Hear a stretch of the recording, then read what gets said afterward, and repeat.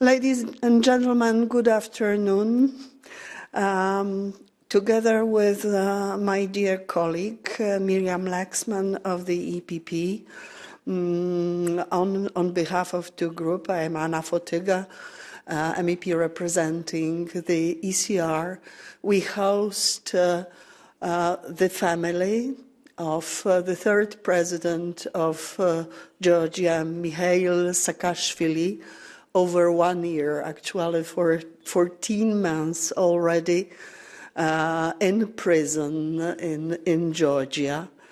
We welcome the son of President Mikheil Saakashvili, Eduard, his white First Lady Sandra Rulofs, and Madame Giuli Alasania, mother of the third president of Georgia.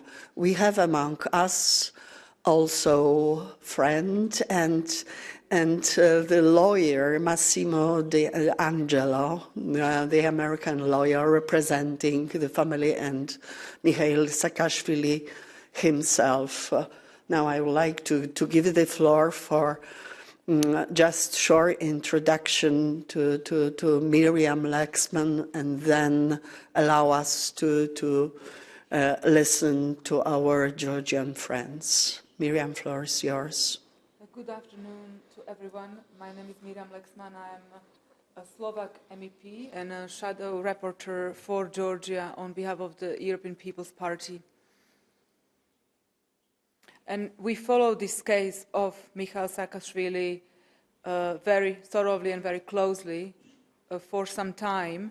And today we would like to make some statements which are founded on the grounds of information that were received from the family and also from the lawyers and from medical examination.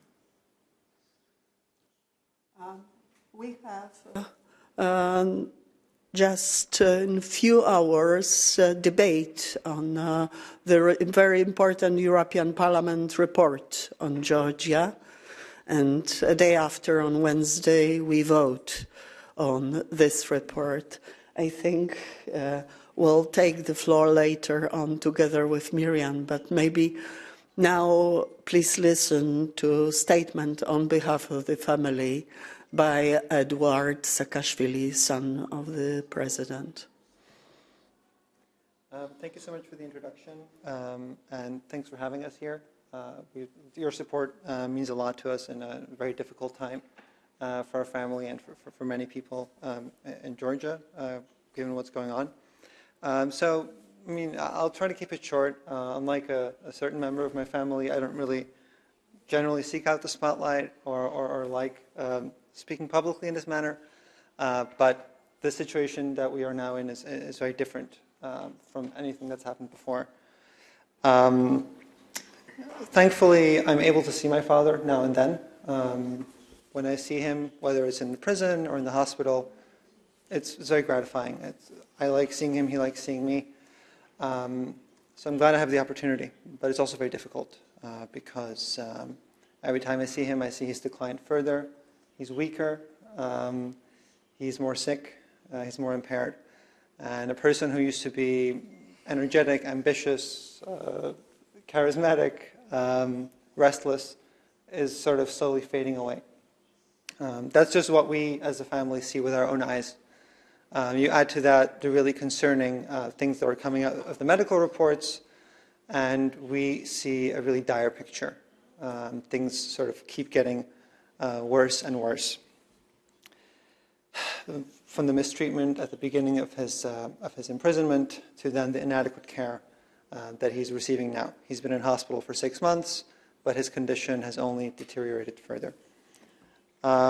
Still, we don't think that the situation is hopeless because, when we come to Brussels or when we come to Strasbourg, we see that there is sort of solid and growing support from across the political spectrum, a real recognition that the situation as it now is with my father is not tenable, that something has to change, and a real agreement that we can allow my father, Mikheil Saakashvili, to die in prison or for something awful to happen to his health.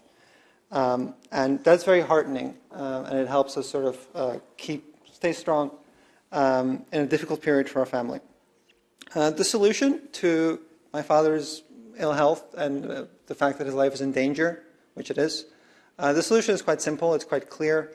Legally, morally, politically, there is a real opportunity for the Georgian government to do the right thing and to allow him to receive treatment abroad. And I think we have a real chance now, with the support from our friends in Europe, with growing consensus in Europe and in Georgia that the situation is very dire, that something could change. So what happens next is not yet determined. It depends on all of us, on the family, on the people who agree that something needs to change and that my father's life should be saved and that his health should be saved. So it is with, I think, a mixture of knowledge and hope that I say my father, Mikheil Saakashvili, will not die in prison. Thank you. Thank you, Eduard. Now, let me give the floor to Massimo d'Angelo, the lawyer of Mikheil Saakashvili. And thank you all our friends here for having us. The support means a great deal. And you just heard from President Saakashvili's son. The situation is dire. What we also know is that 75% of the Georgian populace is pro-European Union. They want to be part of the European Union. And this is a very important fact. And obviously, the health of President Saakashvili is of extreme importance. We're talking about a man who gave an identity to a country, who went in and made unbelievable changes, who attempted to westernize, and that's exactly what the people want. And he was put in prison for it. He is a political prisoner, and he's in prison today. He needs immediate life-saving treatment. I went to visit him in early October. I saw it with my own eyes. I corroborate everything that was just stated. I put together a team of some of the top experts in the world, Dr. James Kobe, Dr. Smith, and they composed reports and have confirmed the condition. Not only is he being tortured, not only is he being poisoned, he is being given drugs that are non-FDA approved that are causing him tremendous, tremendous rapid decline, and he needs emergency, life-saving treatment. We call upon the Georgia Dream Party, Bidzina Ivanishvili, and we need to address the polarization that is occurring right now in Georgia. And we are calling for his immediate release. We're here today. We want our voices to be heard, and we hope that they will be, and that President Saakashvili's life will be saved. Thank you. Thank you, sir. Together with the governments of Ukraine and Moldova, the government of Georgia submitted requests to the European Union for candidacy status of the country. After successful eventual successful path of negotiations, although in case of Georgia it looks slightly more distant than in two other cases. And after accession, people of Georgia, politicians of Georgia, probably also become part of this parliament. We truly hope so, and we support Georgia. Yet the rhetorics of government, unfortunately, and in particular vis-à-vis the European Parliament and members of the European Parliament, is very difficult to accept for us. Actually, I applied twice to visit Mikheil Saakashvili during his stay in prison and was refused, although previously same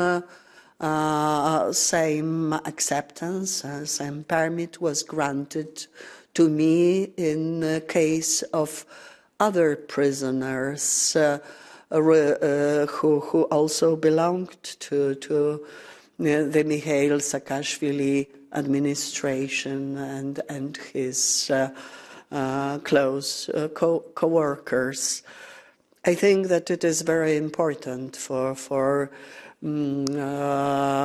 members of the European Parliament, EU leaders to be allowed to also to see Mikheil Saakashvili and testify in his case. Miriam, could you please complete these statements? Yes, thank you very much. I will maybe start on the European future of the Georgian people. And we do know that this is the wish of the majority of the population of Georgia. And we would like to be helpful here. And we do know as well that there are conditions that Georgia needs to fulfill in order to be granted the candidate status. Two of the conditions are free judiciary and fighting against polarization. I believe that the case of Mikheil Saakashvili and the release of Mikheil Saakashvili on the legal grounds of the Georgian law will help to address both of these points. There is legal grounds in Article 283 where Mikheil Saakashvili on having his health in this stage, and we do know and we have evidence that his health fulfills this point and this article. We believe that it's up to the Georgian judiciary and the judges to consider that this case needs to be treated according to the Georgian law, and Mikheil Saakashvili should be released. I would use the words of the public defender, of the Georgian public defender, who said that the situation is indeed, with Mikheil Saakashvili, severe, and with these dynamics, it will become critical in a few months. So I believe that these words, and I hope that these words will give the ground that the judiciary will fulfill and act according to the Georgian law, how to treat people in this kind of health stage in prison, and also it will help to address the points the EU requests from the leadership, from the Georgian dream, from the government, to address in order to provide for the European future of the Georgian people and of the country. Thank you. Thank you, Miriam. Of course, we appeal to the President of Georgia, to other authorities to use tools at their disposal and deal with very, very tragic case of the third president of Georgia, Mikheil Saakashvili, in a humanitarian way. We appeal for a release on humanitarian grounds.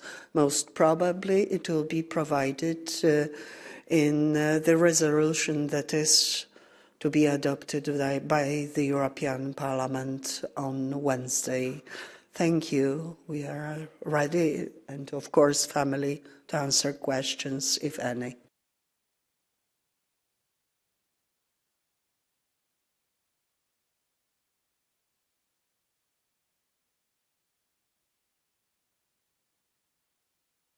Broadcaster Channel 1. First of all, I would like to ask you about the treatment he needs, because as we know, he is hospitalized right now, and what is that concrete type of medical treatment that he needs and can be offered in Georgia, actually, and why? Because you mentioned that he must be taken aboard to get the health care. So the second question would be to MPs actually. You mentioned that Georgia is now going, Georgia has already applied for the candidate status. Do you think that this concrete case is the main obstacle on this path to get the candidate status, actually?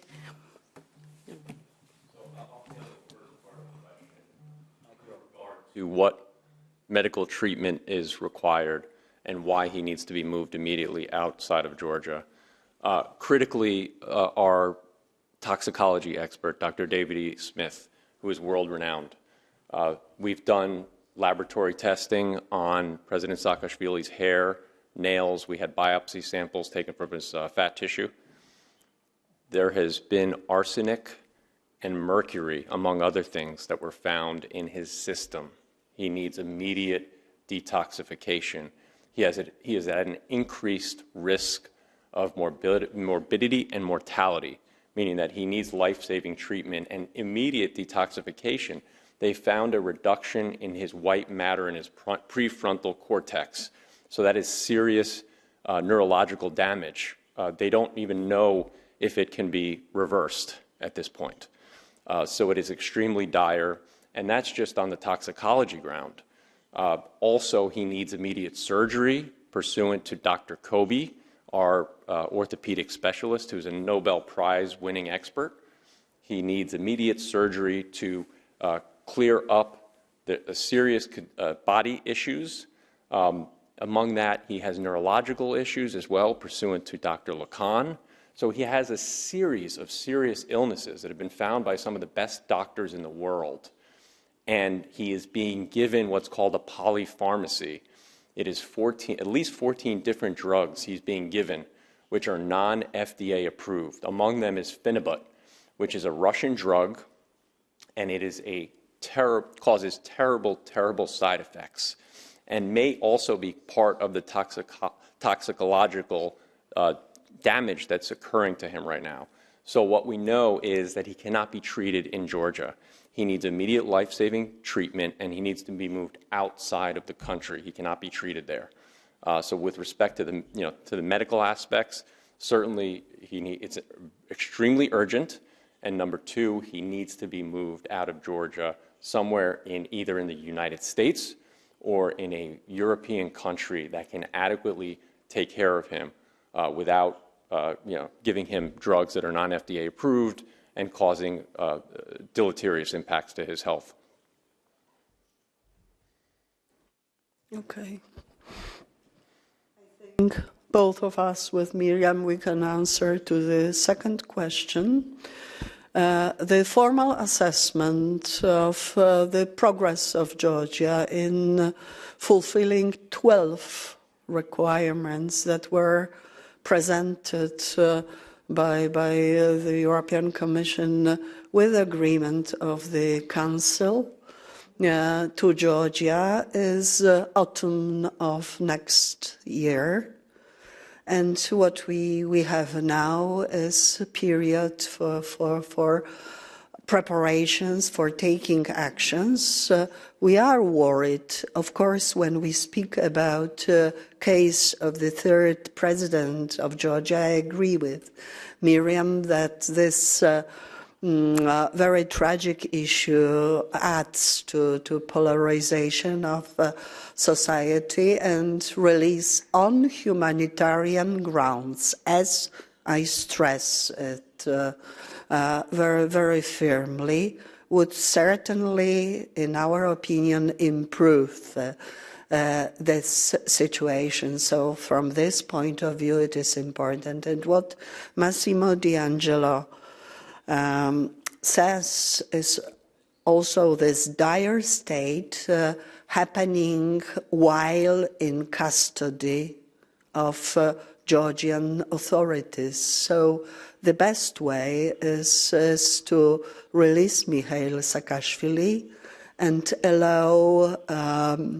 the advanced medicine to deal with this case. I wouldn't like to undermine the level of professional knowledge in Georgia, but I think the will of family and simply trust of family is extremely important in this case as well. And if I can add, obviously, if the system is going to die Mikhail Saakashvili in prison, and there is legal grounds, I mean, particularly the Article 233 for his release to medical care and to be able to be provided a proper medical care, which in this case needs to be abroad, I believe that it will be very difficult to declare that Georgia is fulfilling the impartiality of judiciary. And I would here also bring another case of Nika Gvaramia, that the ombudsman or the public defender of Georgia has stated in his statement that there are political motives in the case of Nika Gvaramia. So even these two cases can really, if they are not being addressed and addressed according to the Georgian law, of course it will be a ground for the EU not to be able to say that there were made steps in order to make the judiciary more impartial than it's now. And again, I will stress the polarization which was very much brought to the front of the problems by the EU when we were analyzing the situation in Georgia, that we need to depolarize the society. And we do know that these two cases, and especially, I mean, the case of Mikhail Saakashvili, because it's so followed now because of his health, that the leadership of the country, in order to fulfill the requirements of the EU, needs to address these issues. Thank you.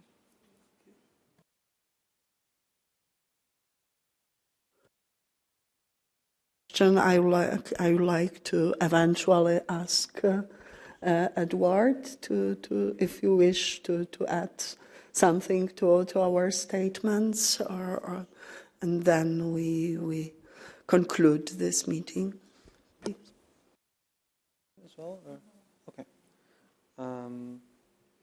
Well, I guess thank you all for speaking so persuasively on this matter. It's very personal for us, but I also understand that there are wider implications, whether it is in terms of European integration and so on, which are also important. But for us as a family, I think what is ultimately paramount, more than any political consideration or even the fact of his imprisonment, is just to save his life. And everything else is sort of secondary to that, but of course also important to consider. But that's why we're here, and I think, working together, it's possible to achieve it. So I definitely feel more optimistic about this than a few months ago. And yeah, I think if we keep going with what we have been doing and continue to rally support, both around the world, I think there's a real chance of having a breakthrough in this case. So, thanks. Thank you very much indeed.